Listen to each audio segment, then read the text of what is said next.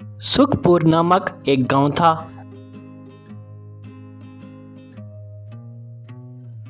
वहां भगत नाम का एक आदमी रहता था।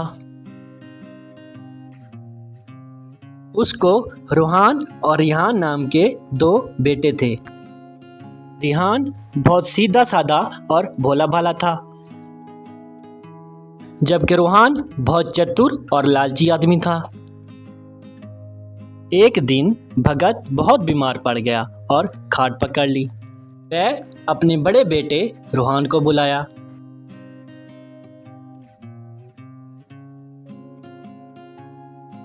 अरे बेटा, मैंने तुम्हें इसलिए बुलाया है कि तुम्हें बंटवारे के लिए समझा सकूं। तुम जानते हो कि तुम्हारा भाई इतना समझदार नहीं है। तुम उसका ख्याल रखना और जायदाद में से उसे पूरा हिस्सा देना। यूं कुछ दिनों बाद भगत का देहांत हो गया। एक दिन रूहान ने रिहान को बुलाया।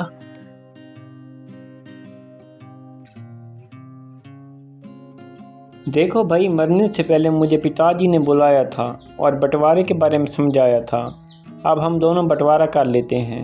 अरे भाई, आप बड़े भाई हैं, इसलिए आप जिस तरह बंटवारा करोगे मुझे मंजूर होगा। देखो, वहाँ पर 2 पेड़ हैं, एक आम का और दूसरा बबूल का।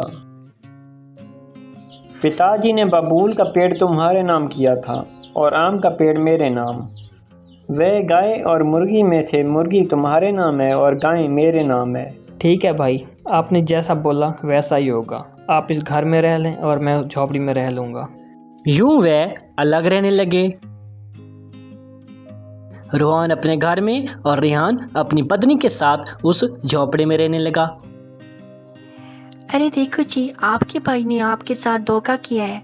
उसने सब काम की चीज़ें खुद ले ली हैं और कबाड़ हमें दे दिया। अरे नहीं, वो मेरे बड़े भाई हैं, उनके बारे में ऐसे ना बोलो। उनने वैसे ही किया जैसे पिताजी ने उन्हें बोला था।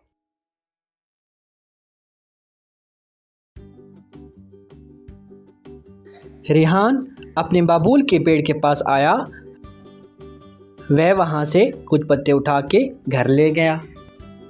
ये लो बबूल के पत्ते, आज यही पका लो। घर में पकाने के लिए और कुछ भी नहीं है।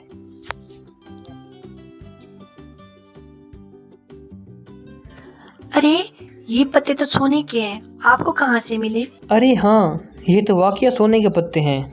अब हम अमीर हो जाएंगे। ये अंदर रख दो। यूं उस दिन उनकी मुर्गी ने सोने का अंडा दिया। अरे वाह, ये अंडा तो सोने का है। जल्दी जाकर रिहान को दिखाती हूँ। रिहान झोंपड़े के अंदर गया तो वहां ऊपर से एक सोने की ईंट गिरी। अरे ये ईंट कहाँ से गिरी? अरे ये तो सोने की ईंट है। यूं हर रोज रिहान पेड़ के पास जाता तो उसे सोने के पत्ते मिलते और उनकी मुर्गी रोज सोने का अंडा देती।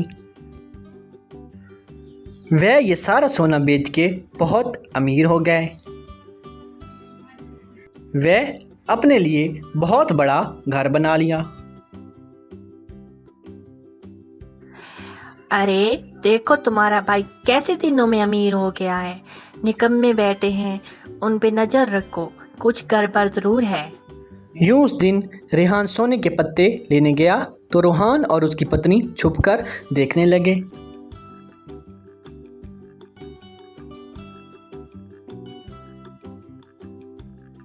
भाई, आपने मुझे बुलाया? अरे देखो भाई, मैंने तुम्हें इसलिए बुलाया कि तुम्हें बता सकूं। पिताजी ने ये सब तुम्हारे नाम किया था। वो बबूल का पेड़ और वो झोंपड़ा मेरे नाम था। मैंने तुम्हारे साथ बहुत बुरा किया। तुम ये सब ले लो और वो मुझे दे दो। अरे भाई नहीं, ऐसी बात नहीं है। आप मेरे बड़े भाई हैं, मुझे आपसे कोई शिकवा नहीं है। आपने जो किया ठीक किया। अरे नहीं, आज से तुम यहाँ रहोगे और मैं झोंपड़े में। अच्छा ठीक है, जैसी आपकी मर्जी।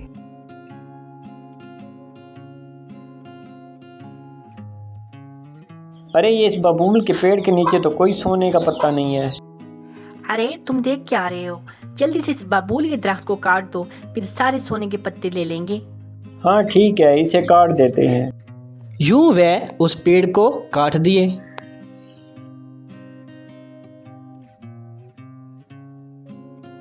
अरे यहाँ तो कोई सोना नहीं। चलो घर में से सोने की ईंट लेते हैं। अरे ये देखो तारिका, यहाँ तो कोई सोने की ईंट ही नहीं है, अब क्या करें। एक जेसीबी बुलवा लेते हैं, इसको गिरवा देते हैं, फिर सारी ईंटें बाहर आ जाएंगी। आप जल्दी से जेसीबी बुलवा लें। ठीक है, मैं जेसीबी बुलवाता हूँ। इस तरह वह एक जेसीबी को बुला के वे झोंपड़ा गिरा दिया, लेकिन उन्हें कोई सोना ना मिला। अरे यहाँ तो कोई सोने की ईंट ही नहीं है, सब कबाड़ है। अरे हम तो बर्बाद हो गए, अब हम क्या करेंगे? हमारी लालच ने हमें मरवा दिया।